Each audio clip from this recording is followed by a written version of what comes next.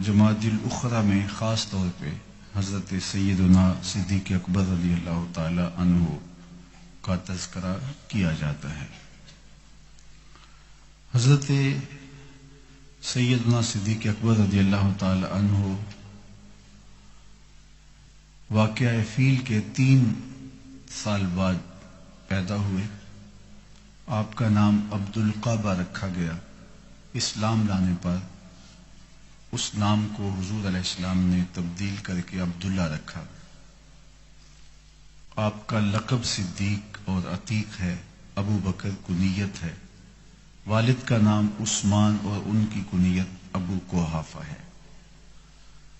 قبیلہ بنو تمیم سے تعلق تھا، اور حضور علیہ الصلوۃ والسلام پر سب سے پہلے جس شخص نے اسلام لانے کی بات کی اور بغیر کسی تردد کے اور تأمل کے جس نے اسلام قبول کیا، وہ حضرت ابو بکر صدیق کی۔ حضور علیہ السلام نے ارشاد فرمایا کہ میں نے جس پر بھی دین پیش کیا اس نے ضرور کچھ سوچا، کسی نے معجزہ مانگا، کسی نے اس پر غور و فکر کا وقت مانگا، کسی نے تردد کیا، کسی نے مشاورت کی مہلت مانگی، لیکن ایک ہستی ایسی تھی ابو بکر رضی اللہ تعالیٰ عنہ کی، جب میں نے ان کو اسلام پیش کیا انہوں نے فوراً قبول کر لیا، اور پھر خدمت دین میں جس طرح انہوں نے اپنے مال سے، اپنی جان سے، اپنی اولاد سے، اپنی صلاحیتوں سے اور دیگر وسائل سے خدمت کی ہے، وہ تاریخ اسلام کا ایک خوبصورت باب ہے۔ بلکہ خود میرے اور آپ کے آقا و مولا نے فرمایا کہ جس نے بھی میرے اوپر کوئی احسان کیا ہے، نیکی کی ہے، تو میں نے اس کا بدلہ چکا دیا ہے۔ ایک ابو بکر ایسے ہیں جس کا بدلہ قیامت کے دن رب عطا کرے۔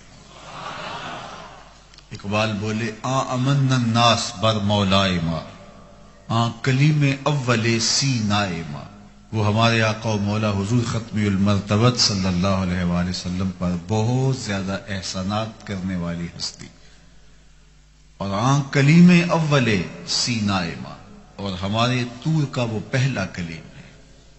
ہستی او کشت ملت راچوں ابر، ثانی اسنین و غار و بدر و قبر، کشت امت کے لیے وہ ابر بہار کی طرح ہے، امت کی کھیتی کے لیے وہ برستے بادل کی طرح ہیں، اور وہ ثانی اسنین بھی ہیں، بدر کے ساتھی بھی ہیں، قبر کے ساتھی بھی۔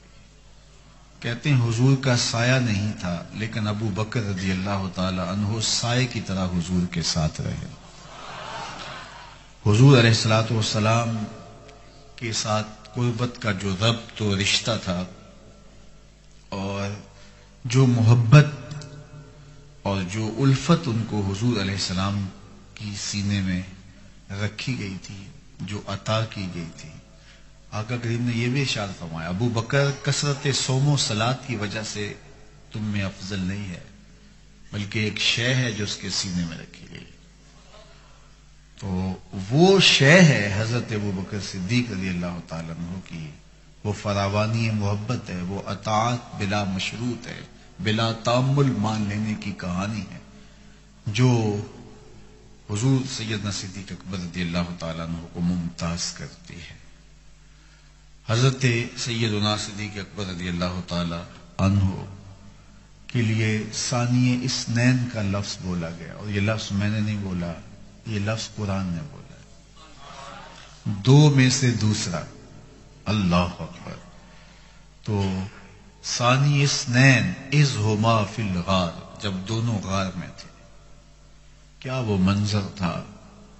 حضرت سیدنا عمر رضی اللہ تعالیٰ عنہ جب یہ کہانی سناتے تو رو پڑتے اور فرماتے کہ ابو بکر میری ساری زندگی کی نیکیاں لے لیں، وہ غار والی ایک رات مجھے دینا۔ اللہ اکبر۔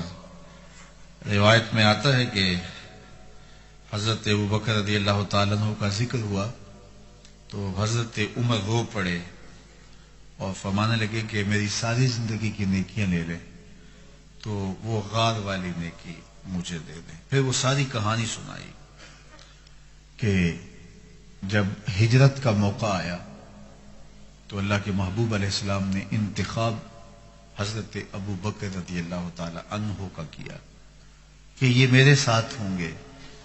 اچھا، حضور نے فرمایا تھا ابو بکر تم تیار رہنا، اللہ کا حکم آنے والا ہے اور جو ہی حکم الہی ہوگا تو ہم ہجرت کر جائیں گے. تو پھر حکم الہی ہوا، کفار نے حضور کے گھر کا گھیرا ڈال لیا اور چراغ زندگی بجھانے کی کوشش میں لگ گئے، لیکن فانوس بن کے جس کی حفاظت ہوا کرے وہ شمع کیا بجھے جسے روشن خدا کرے. حضور سورہ یاسین کی آیات پڑھتے ہوئے ان کی آنکھوں میں خاک ڈال کے گزر گئے اور انہیں خبر بھی نہ ہوئی. اور حضرت ابو بکر رضی اللہ تعالی عنہ کے دروازے پہ حضور نے دستک دی تو وہ تیار کھڑے تھے. کہا ابو بکر تم تیار ہو؟ کہا حضور آپ نے کہا تو تھا تیار رہنا، میں اس دن سے ہی تیار ہوں. تو وہ ہر وقت مستعد اور تیار رہتے کہ نہ جانے حضور کب ارشاد کر دیں اور مجھے پھر تیاری میں وقت لگے، میں کہوں کہ حضور بس 10 منٹ لگیں گے، تو وہ لمحہ بلمحہ تیار رہتے. تو کہا میں تیار ہی تھا. پھر حضور کو لے کر کے وہ غار ثور کی طرف روانہ ہوئے. جن لوگوں نے حج یا عمرے کی سعادت پائی ہے تو زیارات کو، حجاج کو اور معتمرین کو لے جایا جاتا ہے، تو انہوں نے غار ثور کا نظارہ تو دیکھا ہوگا. مکہ المکرمہ میں اگر کھڑے ہوں تو مدینہ المنورہ شمال کی جانب ہے اور غار ثور جنوب کی سمت. تو اللہ کے محبوب علیہ الصلوۃ والسلام نے مدینہ شریف جانا تھا تو ادھر جانے کی بجائے حضور ادھر گئے تاکہ ڈھونڈنے والے ادھر ڈھونڈ کے تھک جائیں اور ہم 3 دن وہاں آرام کر کے پھر آگے چلیں. یہ حکمت عملی تھی. تو اللہ کے محبوب وہاں غار ثور میں چلے گئے. وہ ڈھونڈتے رہے اور حضور غار ثور میں ہیں. غار ثور کی بلندی اللہ اکبر. بہت سارے لوگ تو تھوڑا سا چڑھ کے پہاڑ پہ پھر واپس پلٹ آتے ہیں کہ یہ ہمارے بس کا روگ نہیں ہے. کسی کی ٹانگیں پھول جاتی ہیں، کسی کی سانس پھولنے لگتی ہیں، اور جو اوپر تک پہنچتے بھی ہیں وہ 3 سانس لے کر کے اوپر جاتے ہیں. اور راستے میں وہ چھوٹے چھوٹے ہٹ بنے ہوئے تو وہاں سے وہ پانی تازہ مل جاتا ہے تو وہ پیتے ہیں، پھر تازہ دم ہوتے ہیں، پھر آگے جاتے ہیں. سانس پھول جاتی ہے اور گلا خشک ہو جاتا ہے، ٹانگیں پھول جاتی ہیں، اور پھر کوئی 3 گھنٹے کا سفر کر کے غار ثور پہ پہنچتے ہیں اور پھر کہتے ہیں میں غار ثور سے ہو کے آیا ہوں، اور 3 دن تک پنڈلیوں پہ مالش بھی کرواتے ہیں. تو کوئی غار ثور پہ جائے اور تنہا جائے اور اس کو گھنٹے لگے اور وہ سانس لے کے جائے، ابو بکر تیری یاری پہ قربان. حضور علیہ الصلوۃ والسلام کو کندھوں پہ اٹھا کے لے گئے. اللہ اکبر. اسے محبت کہتے ہیں، اسے دوستی کہتے ہیں، اسے غلامی کہتے ہیں. تو حضرت ابو بکر صدیق نے جہاں تنہا چڑھا نہیں جاتا وہاں حضور کو کندھوں پہ اٹھا کے پہنچایا. ذرا منظر تو دیکھو، حضور کو کندھوں پہ اٹھا کے حضرت ابو بکر جا رہے ہیں. اللہ اکبر. تو غار ثور کی بلندیاں ہیں اور حضرت ابو بکر صدیق رضی اللہ تعالیٰ عنہ وہاں گئے. جب غار کے دھانے پہ پہنچے تو کہا حضور آپ یہاں رکیے، میں ذرا اندر دیکھوں اور غار کو جھاڑ لوں اور دیکھوں کوئی وہاں موزی چیز نہ ہو. اندر داخل ہوئے تو جگہ جگہ بلیں نظر آئیں، سوراخ نظر آئے. تو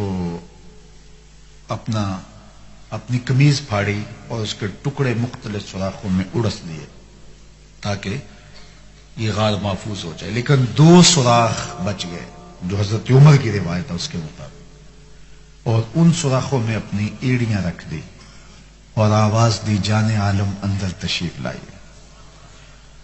جنہوں نے غار ثور دیکھی ہے وہ جانتے ہیں کہ اوپر سے نیچے کی طرف غار ثور آتی ہے.